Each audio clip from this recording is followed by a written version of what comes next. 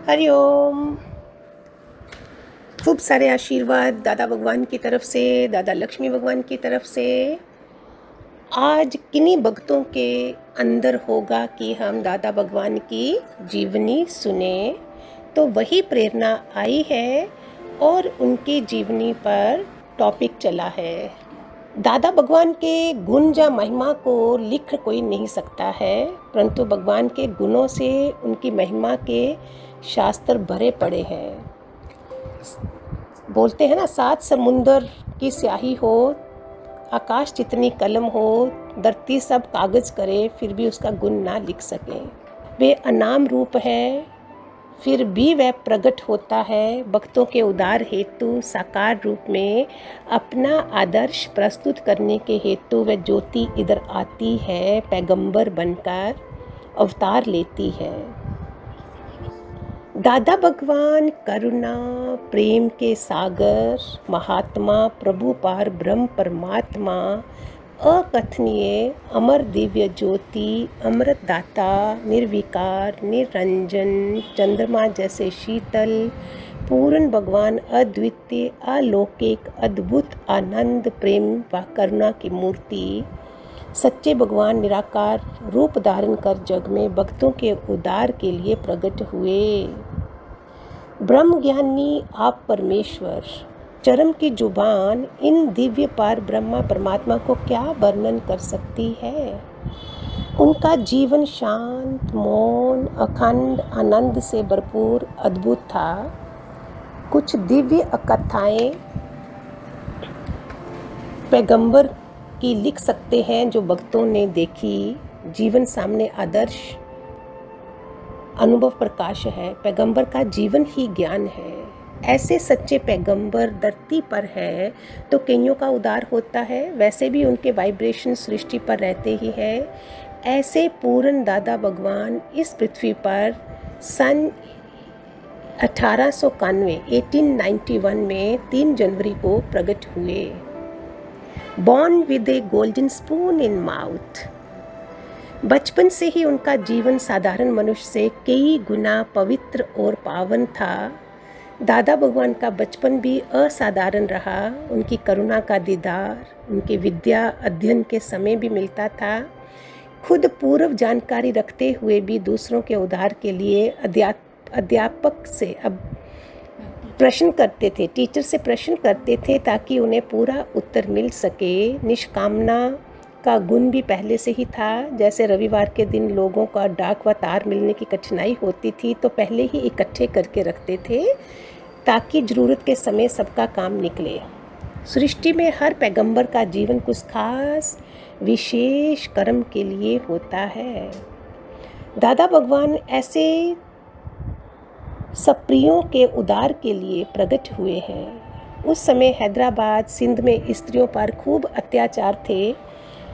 खास त्योहारों पर जब उनके मायके से ससुराल से कुछ कम मिलता था, विधवा से भी अत्यंत क्रूर व्यवहार होता था। इस प्रकार दुखी होकर कितनी स्त्रियां अपने को आग लगाकर मर जाती थी। ऐसी स्त्रियों की दुर्दशा देखकर दादा भगवान को अत्यंत करुणा होती थी कि कैसे इन अबोध स्त्रियों को कष्टों से छुड़ाया जाए। उनका हृदय कोमल था। वे ऐसा सच्चा व दृढ़ संकल्प उनका पूरा होकर ही रहा जो कई स्त्रियों को ताकत मिली है। जीने की कला खुद सीखकर औरों को भी ताकत देती है। दादा भगवान का व्यवहारिक जीवन 40 वर्ष सुख आराम से ही बीता। व्यवहारिक जीवन में भी उनको रमज थी हाउ टू लिव। दुनिया में कई लोगों को दौलत है पर दिल नहीं है, दिल है तो दिमाग नहीं। दादा भगवान हर तरह से शहंशाह होकर रहे। कपड़ों के उनके कारखाने थे, विदेशों में उनका आना जाना था। मौज ऐसी भी थी, जो मेहमान आता था तो उनके लिए नई गाड़ी लेते थे, फिर उनको घुमा फिरा कर बेच देते। कपड़े की दुकान में भी शक्ल पहचान लेते थे, किस क्वालिटी का है, उसे उस तरह का कपड़ा दिखाकर बिना बात के एक शब्द में सौदा कर लेते। एक बार दादा भगवान ने एक आदमी की तन मन से तकलीफ के समय बहुत मदद की। वह आदमी इतना शुक्राना करने लगा जो उसने कहा, मैं अपनी चमड़ी के जूते भी बनाकर पहनाऊं तो भी आपका एहसान नहीं उतार सकता। परंतु दादा भगवान ने ज़रूरत के समय कुछ कहा तो उसने चमड़ी क्या दमड़ी से भी मदद ना की। ऐसे भी भगत मिलते हैं, ऐसे भी भगत मिलते हैं। उनका क्या जाता है पैगंबर का। ये भी एक तरफ से अच्छा ही हुआ, भगवान ने बचपन से ही देना सीखा था, लेना नहीं। दादा भगवान को व्यापार के कारण विदेश में आना जाना पड़ता था। एक बार भगवान ने विदेश में थे, उनके पास केवल 4 आने बचे थे और आने जाने के रास्ते बंद थे। पैसा भी बाहर से आ जा नहीं सकता था। दादा भगवान बस की लाइन में खड़े थे। अचानक ख्याल आया कि इधर ही शरीर छूट जाए तो कोई लाश उठाने वाला भी नहीं होगा। उसी समय एक आदमी आया और भगवान से कहा कि उसे हीरे खरीद दो। भगवान ने उसे 1 लाख के हीरे खरीद के दिए और 10,000 उनको कमीशन मिली। ये है निराकार की महिमा। पैगंबर के लिए कहाँ से आता है, किस रूप में आता है। तो एकदम उनको अनुभव मिला, भगवान तो बड़ा मेहरबान है, भगवान क्या नहीं कर सकता है।